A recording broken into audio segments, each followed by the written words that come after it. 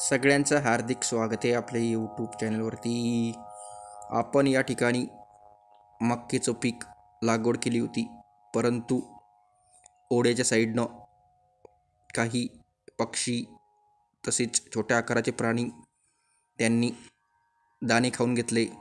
त्यामुळे खाली शेत पडलं. त्यात आपण या ठिकाणी कांद्याची बीज टाकलं होतं.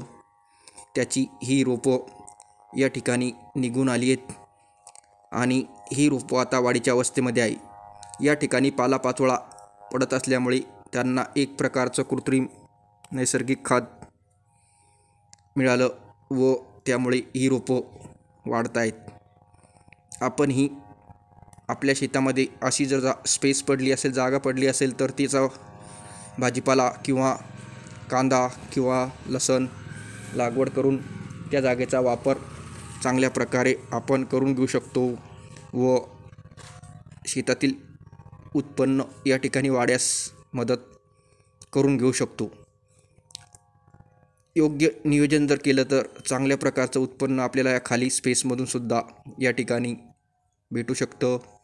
हा व्हिडिओ बघितल्याबद्दल धन्यवाद. आपण यूट्यूबवर नवीन असाल तर चॅनलला सबस्क्राईब करावी. धन्यवाद.